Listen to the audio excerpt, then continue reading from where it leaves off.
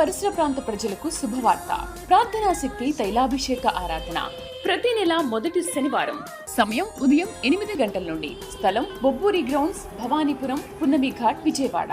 ప్రార్థనా శక్తి తైలాభిషేక ఆదివారపు ఆరాధన సమయం ఉదయం 8:30 గంటల నుండి. స్థలం వైస్రాయ్ గార్డెన్స్, జుబ్లీ బస్టాండ్ ఎదురుగా, సికింద్రాబాద్. ప్రార్థనా శక్తి తైలాభిషేక ఆరాధన ఆగస్టు 2 ఆదివారం. సమయం సాయంత్రం 5:30 స్థలం ఎన్ఆర్సీ గార్డెన్, మూసాపేట్, పిల్ల నంబర్ 842, కుకట్పల్లి. తాడేపల్లిగూడెం పరిసర ప్రాంత ప్రజలకు శుభవార్త. ప్రార్థనా శక్తి తైలాభిషేక ఆరాధన ప్రతి నెల మొదటి బుధవారం. సమయం ఉదయం 10 గంటల నుండి. NK highway grounds, Autonagar, Gudem highway bypass road, Tadepalligudem. ప్రార్థనా శక్తి తైలాభిషేక ఆరాధన ప్రతి నెల మొదటి గురువారం. సమయం ఉదయం 10 గంటల నుంచి. స్థలం తూర్పుగోదావరి జిల్లా, అమలాపురం దగ్గర, ఉప్పలగుప్తం. ప్రార్థనా శక్తి తైలాభిషేక ఆరాధన ప్రతి నెల 2వ శనివారం. ఉదయం 8 గంటల నుండి మధ్యాహ్నం 12 గంటల వరకు. స్థలం కూరగాయల మార్కెట్ ఎదురుగా, government degree college road, Ravulapalem. ప్రార్థనా శక్తి తైలాభిషేక ఆరాధన ప్రతి నెల 2వ మంగళవారం. సమయం ఉదయం 10 గంటల నుండి. Sri convention hall, C R Reddy women's college, Vatluru, Eluru. ప్రార్థనా శక్తి తైలాభిషేక ఆరాధన ప్రతి నెల 2వ శుక్రవారం. సమయం ఉదయం 10 గంటల నుండి. స్థలం కాపు కళ్యాణ మండపం, ఎన్ఎఫ్సిఎల్ రోడ్, ఆర్టీఓ ఆఫీస్ పక్కన, ఆర్ఆర్ నగర్, కాకినాడ. యేసయ్య నామములో మీకు వందనాలు తెలియపరుస్తా ఉన్నాను. ప్రియులరా, ఈ దినము కొరకు దేవుడు సిద్ధపరిచిన వాగ్దానాన్ని మనం స్వాధీనపరచుకుందాం. పరిశుద్ధ గ్రంథంలో నుండి ఇర్మియా గ్రంథం 33వ అధ్యాయము 3వ వచనం ద్వారా ప్రభు మిమ్మల్ని దర్శిస్తూ ఉన్నారు. Jeremiah chapter 33 verse 3. నాకు మొర్రపెట్టుము, నేను నీకు ఉత్తరం ఇచ్చేదను. నీవు గ్రహింపలేని గొప్ప సంగతులను, గూఢమైన సంగతులను నీకు తెలియజేతును. పరిశుద్ధాత్మ దేవుడి రోజు ఇచ్చే గొప్ప మాట ఏంటంటే, నీవు గ్రహింపలేని గొప్ప సంగతులను, గూఢమైన సంగతులను నీకు తెలియజేతును. ఓ తెగ ఆలోచిస్తున్నావు, ఆలోచనలో పడిపోయావు కదా, ఏం చేయాలి, ఎలాగా ఇది ఎలాగనుకుంటే ఇలా జరుగుతుంది, ఇది ఎలాగనుకుంటే ఇలా జరుగుతుందా, ఏ నిర్ణయం తీసుకోవాలి, నేను ఎలా మాట్లాడాలి, అక్కడ నేను ఎలా ప్రవర్తించాలి, ఓ రకరకాలుగా గలిబిలి అయిపోతున్నావా? నీతోనే దేవుడు మాట్లాడుతున్నాడు. నీవు గ్రహింపలేని గొప్ప సంగతులు నీకు తెలియపరుస్తాడు. నీ సిమ్ కార్డులు వేస్తాడు బ్రెయిన్లో. ఎలా మాట్లాడాలో, ఎలా చూడాలో, ఎలాగ నీ బాడీ లాంగ్వేజ్ ఉండాలో ఆ వ్యవహారంలో, ఎటువంటి మాటలు నీ నోటంపుడు రావాలో దేవుడు ఆ సమయానికి నిన్ను ఆశీర్వదించి నీకు ఇస్తాడనమాట. ఇంకా అద్భుతం చెప్పిన, ఈరోజు నీకు కొత్త ఆలోచన దేవుడు ఇస్తాడు, గూఢమైన సంగతులను. అద్భుతం ఏంటంటే, నువ్వు దేవుడిని అడుగుతున్నావు, ప్రార్థిస్తున్నావు, ప్రభు నేను ఈ విషయంలో ఏ డిసిషన్ తీసుకోవాలి, ఈ డిసిషన్లో ఏ నిర్ణయం తీసుకోవాలి, ఈ డిసిషన్లో ఏ రీతిగా నేను ముందుకు పోవాలి, ఇలాగెళ్ళమంటారా అలాగెళ్ళమంటారా? నువ్వు దేవుని చిత్తాన్ని అడుగుతున్నావు కదా, కనిపెడుతున్నావు కదా. అందుకే దేవుడిచ్చిన గొప్ప జవాబు ఏంటంటే, చూడండి, ఉత్తరం ఇస్తున్నాను నీకు, నువ్వు అడిగేవు కదా, నేను జవాబు చెప్తున్నాను. నీవు గ్రహింపలేని గొప్ప సంగతులను, గూఢమైన సంగతులను నీకు తెలియజేయదు. మాకు ఎవరు సహాయం చేస్తారు, ఎవరు సలహా ఇస్తారు? మా మామగారు నా తరపు మాట్లాడు, నా తండ్రి నాకు సహకరించట్లేదు, తల్లి సహకరించట్లేదు, అత్తగారు సహకరించట్లేదు, మా ఆయన నా మాట వింటలేదు, లేకపోతే నా జీవితం గురించి ఎవరు ఆలోచించట్లేదు, రకరకాలుగా గలిబిలి అయిపోతున్నావు కదా. నీకెవరు లేరనుకుంటున్నావా? పరమ తండ్రి నీతోనే ఉన్నాడు. ఆయన ఎవరికి దగ్గర లేని గొప్ప ఆలోచన నీకు ఆయన ఇవ్వబోతున్నాడు. గూఢమైన సంగతులు నీకు తెలియజేస్తున్నాను అన్నాడు. ఇంకేం కావాలి? ఆయన ఉన్నాడు. ఎక్కడైనా ఎలాగైనా మాట్లాడగలవు, ఎక్కడైనా ఏది మాట్లాడినా జయముతోటి తిరిగి వస్తావు. ఎక్కడ ఒంటరి అవుతావు అక్కడ 1000 మందిగా దేవుడు నిన్ను చేస్తాడు, కేవలం నీ మాటను బట్టి. ఆత్మ దేవుడు నీకు తోడై ఉండును గాక. ఆమేన్. హల్లెలూయా. పరిశుద్ధాత్మ దేవుడు మనకిస్తున్న ధ్యానాంశము. బైబిల్ ఉన్నవారందరూ తెరవండి. పరిశుద్ధ గ్రంథము, కీర్తన గ్రంథము 86వ అధ్యాయంలోకి మనం ప్రవేశించి ఉన్నాం. కీర్తన గ్రంథము 86వ అధ్యాయంలో బలమైన మాటలు దేవుడు మనకి బయలుపరుస్తూ ఉన్నారు. ఇది దావీదు కీర్తనగా కనపడుతూ ఉంది. సామ్స్ 86 వర్స్ 1-7 మనం చదువుకుందాం. మరి ధ్యానాంశంలో ఉన్న మాటలు, ఇది దావీదు కీర్తనగా ఉంది. అందరూ చదువుదాం మొదటి నుండి. యెహోవా నేను దీనుడను, నేను దీనుడను, దరిద్రుడను, చెవియొగ్గి నాకు ఉత్తరమిమ్ము. నేను నీ భక్తుడను, నా ప్రాణము కాపాడుము. నా దేవా నిన్ను నమ్ముకొని ఉన్న నీ సేవకుని రక్షింపుము. ప్రభువా దినమెల్లా నీకు మొర్రపెట్టుచున్నాను, నన్ను కరుణింపుము. ప్రభువా నా ప్రాణము నీ వైపునకు ఎత్తుచున్నాను, నీ సేవకుని ప్రాణము సంతోషింపజేయుము. ఆమేన్. ఆగండి. ఇక్కడ ఈ 86వ అధ్యాయంలో మరి 1 నుండి 4 వచనాలు చాలా ఉన్నతమైనటువంటి అంశము మనకు కనబడుతూ ఉంది. ఆయన చేసిన ప్రార్థన విధానము కనబడుతూ ఉంది. దావీదు శ్రమలో ఉన్నప్పుడు, అంటే శత్రువు తనని ముట్టడి వేసినప్పుడు, దావీదుని మరి శత్రువు అంతా కూడా సైన్యము ముట్టడించినప్పుడు, ఇంకా లాస్ట్ అయిపోయింది నా పని అనుకున్నప్పుడు ఆయన చేసిన ప్రార్థన ఇది. ఆమేన్, హల్లెలూయా. ఆయన ప్రార్థనలో నేను దీనుడను, బాగా గమనించండి, ఇది ప్రార్థనలో గొప్ప ప్రోత్సాహాన్ని ఇస్తుంది ఇది. ఆమేన్. ప్రార్థన ఎలా చేసాడో మనం బాగా అబ్జర్వ్ చేస్తే, ఇలాంటి ప్రార్థన మరణం దగ్గరికి వచ్చినప్పుడు వస్తుంది. ఈ ప్రార్థన మనము ఇరుక్కుపోయినప్పుడు, బంధకములో ఉన్నప్పుడు, ఇక దారి లేదు అన్నప్పుడు మన గుండెను బదలగొట్టుకుని మరి వస్తుంది. మన బ్లడ్లోంచి వస్తుంది ఈ ప్రార్థన. నేను దీనుడను, తర్వాత దరిద్రుడను, చెవియొగ్గి నాకు ఉత్తరమిమ్ము. నేను నీ భక్తుడను, నా ప్రాణము కాపాడు. నేను నిన్ను నమ్ముకున్నాను, నీ సేవకుడుగా ఉన్నాను, నన్ను రక్షించు. దినమెల్లా మొరపెడుతున్నాను, కరుణించు. నా ప్రాణము నీ వైపునకు ఎత్తుచున్నాను. ప్రాణము దేవుని వైపు ఎత్తి ప్రార్థన చేసే స్థితి ఎప్పుడు వస్తుందంటే, మహాభయాందోళన వచ్చినప్పుడు వస్తుంది ఈ ప్రార్థన. ఎప్పుడు వస్తుంది? మహాభయాందోళన వచ్చినప్పుడు, పరిపూర్ణంగా ఇంక నాకు నీవు తప్ప దారి లేదు బాబు అని మనము చేసే ప్రార్థన లైన్ మారిపోతుంది అనమాట.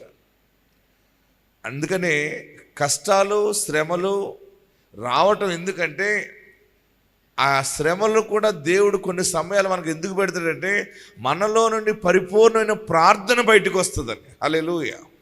గట్టిగా హల్లెలూయా చెప్పాలి, ఇంకా గట్టిగా హల్లెలూయా చెప్పాలి, ఇంకా గట్టిగా హల్లెలూయా చెప్పండి. మనలో అన్నీ బాగున్నాయి అనుకోండి, ఎలాంటి ప్రార్థన వస్తుంది మనకి చెప్పండి? మీకు మంచి ఇల్లు ఉంది, మంచి భర్త ఉన్నాడు, మంచి భార్య ఉంది, ఉద్యోగం ఉంది, నీకు నీ భర్తకి పుష్కలంగా ప్రతి నెల స్టాండర్డ్ ఇన్కమ్ ఉంది, కారు ఉంది, ఇంట్లో కుక్క పిల్ల కూడా ఉంది, మీ ఆయనకు కుక్క పిల్ల, నీకు కుక్క పిల్ల ఉంది, ఇంకో పిల్లి కూడా ఉంది, ఓకే, బంగారం ఉంది, ఒక మగపిల్లడు ఒక ఆడపిల్ల పుట్టారు, వాళ్ళు చాలా అందంగా ఉన్నారు. ఇప్పుడు నేను అందరూ ఏదో ఫంక్షన్ పిలుస్తూనే ఉన్నారు, రోజు రెడీ అయిపోయి పూసుకుని రాసుకుని పోతున్నాం. ప్రార్థన ఎలా వస్తుంది అప్పుడు చెప్పాలి?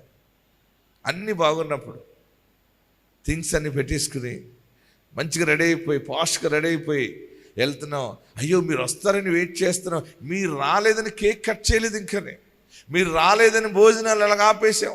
అయ్యో అవునా అవునా అవునా, ఒకరోజు ఒక పార్టీ, ఒకరోజుకి ఒకరు. నీ యొక్క కాలనీలో, మీ అపార్ట్మెంట్లో, లేకపోతే మీ గ్రామము, మీ పట్టణంలో నిన్ను ఒక సెలబ్రిటీగా చూస్తూ ఉన్నప్పుడు నీలో నుంచి ఎలాంటి ప్రార్థన వస్తుంది మీరు ఇమాజిన్ చేసుకోండి. అందరూ మనల్ని పొగుడుతూ ఉన్నప్పుడు, మనకు అన్ని సమృద్ధిగా ఉన్నప్పుడు మన ప్రార్థన చాలా పొడిలాడుతూ ఉంటుంది. ఎలా ఉంటుంది? డ్రై అయిపోయినట్టు వస్తుంది ప్రేయర్. ప్రార్థన చేసుకుందామా? అందరు కళ్ళు మూసుకోండి. ప్రభువా నీకు వందనాలు, ఎంత మంచి దేవుడు బాబు, ఈ భోజనం ఏర్పాటు చేసావు, ఇక్కడ పెళ్ళి ఏర్పాటు చేసావు, వీరికి ఇల్లు ఇచ్చావు, అన్నీ ఇచ్చావు, అన్నీ ఇస్తావు నువ్వు, మంచి దేవుడు. యేసు నామములో అడుగుచున్నాం తండ్రి, భోజనం వడ్డించేయడమా. ఇలాంటి ప్రార్థనలు వస్తాయి. నిన్ను సరైన కొలుములో పెట్టాడు అనుకోండి, ఎలాంటి ప్రార్థన అప్పుడు వస్తుంది. ఇది టకటకటక చేయిస్తావా? సరైనటువంటి దుఃఖ సమయంలో నీ పాపము నీ కన్నులకు కనపడినప్పుడు, నీ దుర్మార్గత నీకు ప్రత్యక్షంగా కనపడినప్పుడు, నీవేంటో నీవు తెలుసుకున్నప్పుడు సింపుల్గా చేస్తావా ప్రార్థన? గోజాడటంలో హృదయమేతో గోజాడటమే కాకుండా అక్కడ నువ్వు బల్లనో రాయినో గుద్ది మంచాన్ని గుద్ది మరి ప్రార్థన చేస్తుంటావు. ఎంత గట్టిగా చేసినా నీకు అది సాటిస్ఫాక్షన్ ఉండదు ప్రార్థన. ఎందుకు? నీ ఉన్నటువంటి స్థానము అలాంటిది. ఆమెన్. అందుకనే మనల్ని దేవుడు ఇరుకుల్లో, ఇబ్బందులు ఎందుకు పెడతాడంటే నీలో నుండి పరిపూర్ణమైనటువంటి ప్రార్థనా స్వభావం బయటకు వస్తుందండి. హల్లెలూయా. గట్టిగా హల్లెలూయా చెప్పండి. నిన్ను బాధ పెట్టాలని కాదు, నిన్ను ఏడిపించాలని కాదు, నీవంటే ఆయనకి ఇష్టం గనక నీ నాభిలో నుండి, నీ అంతరంగంలో నుండి ప్రభువా ప్రభువా అని నువ్వు పిలుస్తూ ఉంటే ఆయన నీతో ఉంటాడు. హల్లెలూయా. అందుకే భక్తుడు ఎవరంటే నాకు ఎక్కువ ఐశ్వర్యం వద్దు, అలాగని పేదవాడుగాను చేయొద్దు, తినుటకు ఆహారమును కట్టుకొనుటకు వస్త్రము ఇవి ఉంటే నాకు చాలు. ప్రియులరా, ప్రార్థన శ్రమ వచ్చినప్పుడు చేయటం కాదు, శ్రమ ఉన్నా లేకపోయినా నీకు ప్రార్థన జీవితం అనేది ఒకటి నీకు ఉండాలి. ఇక్కడ మనకేం తెలుస్తుందంటే ప్రార్థన జీవితము ఎప్పుడు వస్తుందంటే, మొట్టమొదటిగా ఫస్ట్ పాయింట్ గుర్తుపెట్టుకోండి, దేవుని విలువ నువ్వు తెలుసుకున్నప్పుడు నీకు ప్రార్థన చేయాలనే మనసు వస్తుంది. నోట్ చేసుకోండి. ఏంటి? నీవు నమ్మిన దేవుడి విలువ నీకు తెలుసుకోవాలి. ఇక్కడ కీర్తనకారుడు దావీదు దేవుడి విలువ తెలుసుకున్నాడు కనుక ప్రార్థన ప్రారంభించాడు. ఇప్పుడు చదువుదాం, 5వ వచనంలోకి వెళ్దాం. Psalms 86:5 ప్రభువా నీవు దయాళుడవు,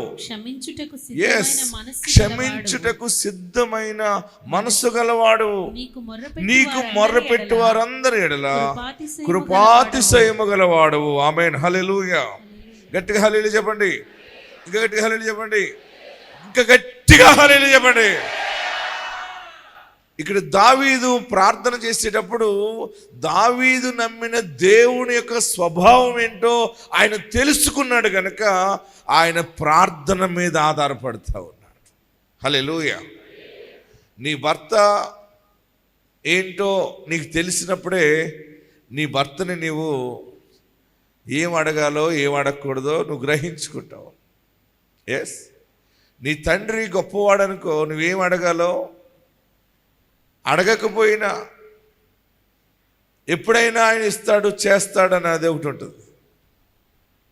నీ భార్య మీద నువ్వు ఆధారపడవలసి వస్తే నీ భార్య స్థితి ఏంటో,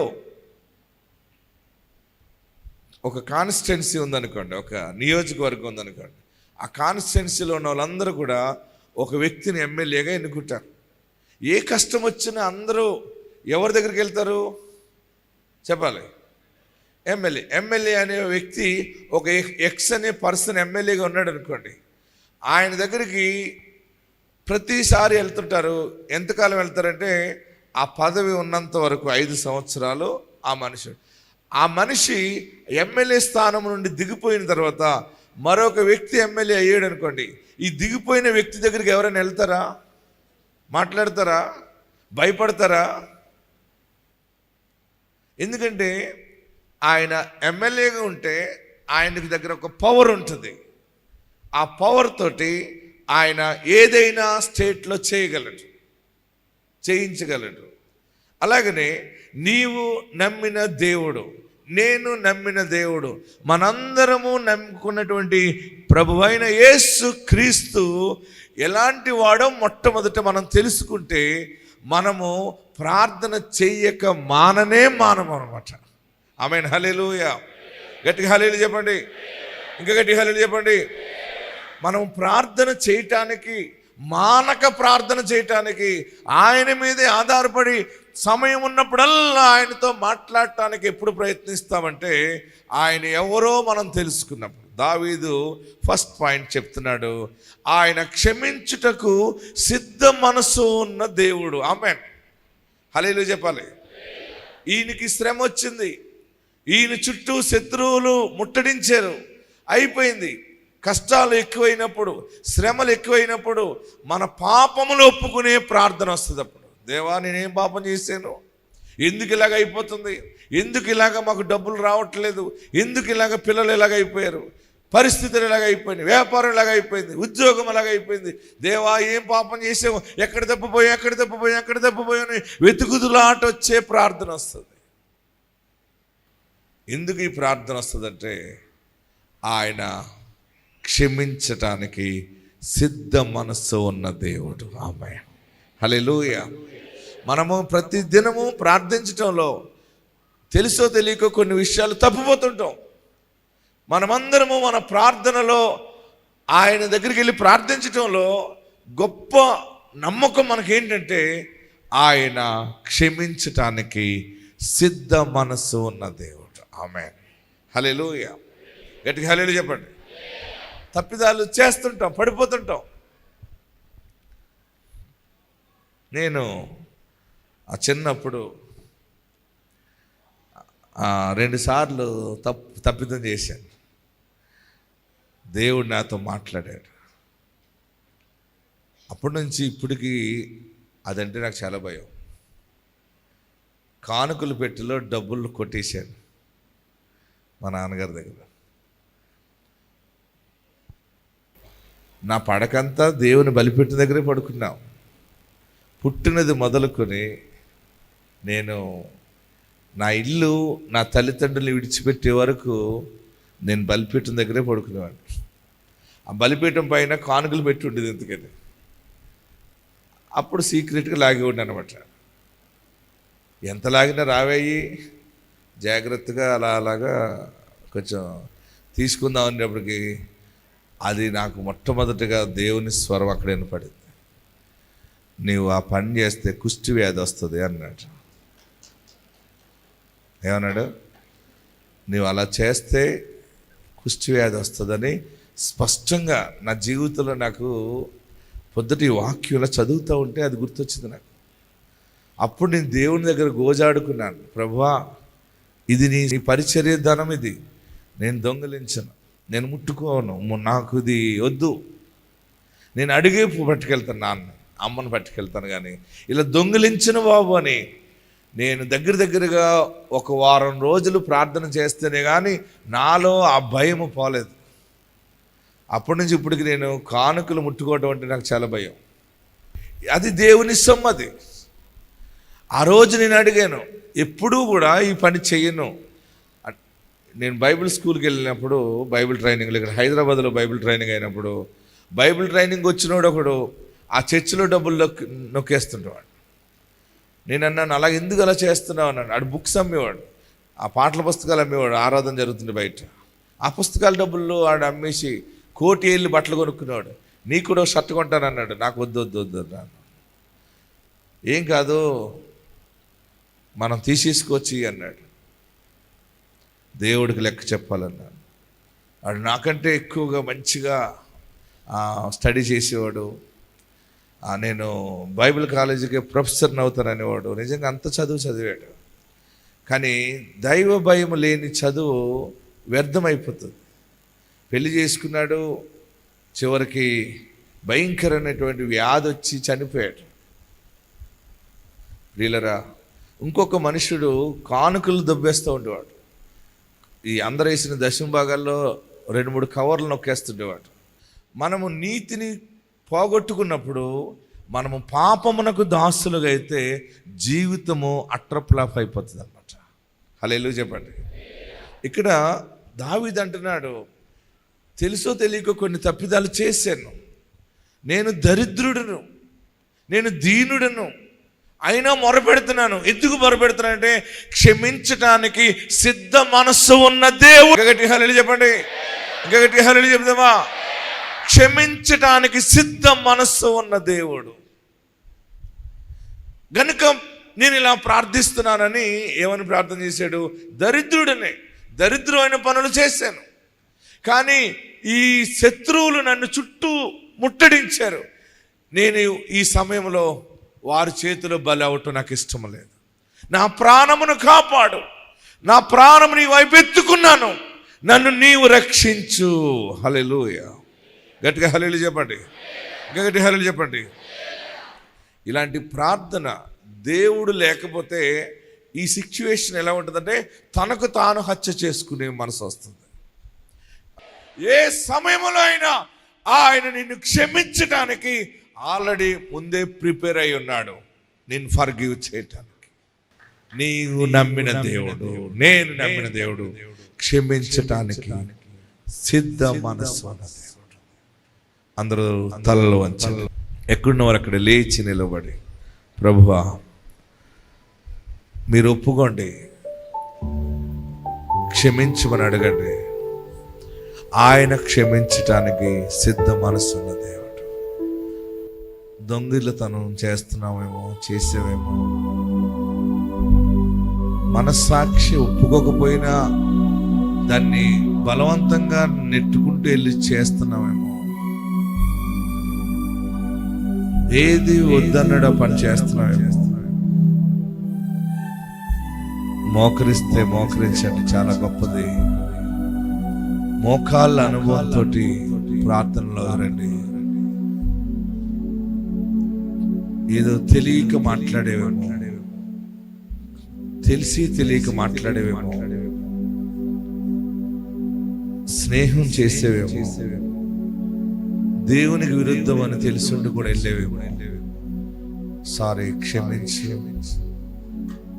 మోకరించగలిగితే మోకరించండి, మోకరించలేకపోతే నిలబడి ప్రార్థన చేయండి. ఎలాగున్నా నీ అంతరాత్మతో ప్రార్థన చేయండి. ఒక అవకాశం ఇస్తాడు, మరలా నీ ఎడల జారిపడి నీ అతిక్రమములను తుడిచివేస్తున్నాను అన్నాడు ఆయన. ఆ తుడిచిన తుడుపు ఎక్కడికంటే సముద్ర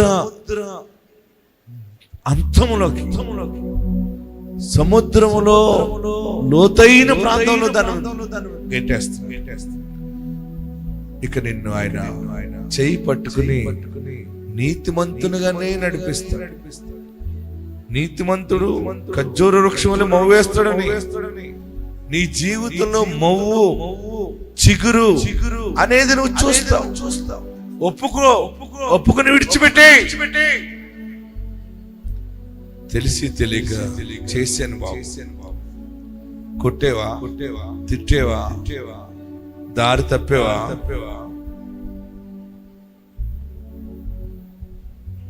అందరూ ప్రార్థన చేయాలి, అందరూ ప్రార్థన చేయాలి.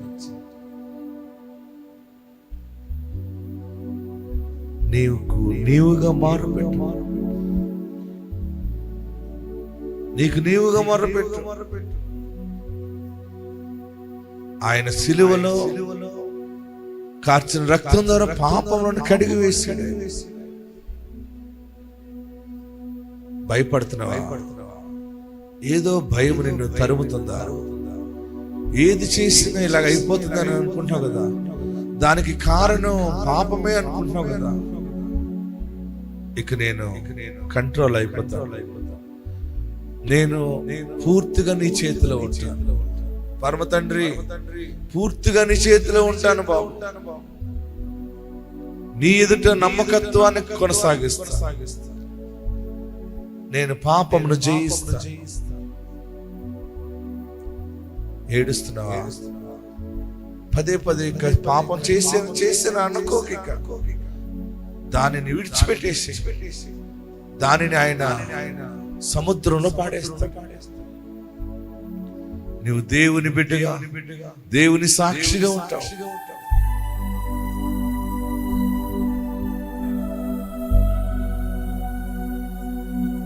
పరిశుద్ధాత్ముడు నీతోనే మాట్లాడే.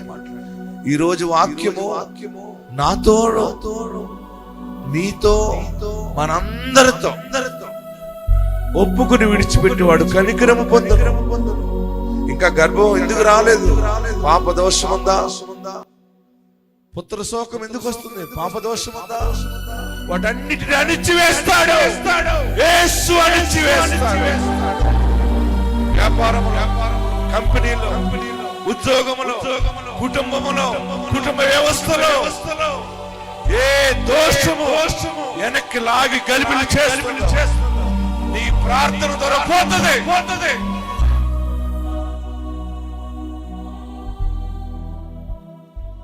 నీ మహిమ గల ఆత్మను కుమ్మరింప చేయండి. యేసు నామములో అడుగుచున్నాము తండ్రి, ఆమేన్. మన తండ్రి అయిన దేవుని ప్రేమ, కుమారునికి యేసుక్రీస్తు కృప, పరిశుద్ధాత్మన్య సహవాసము, సమాధానము సదాకాలం మనందరికీ తోడై ఉండును గాక.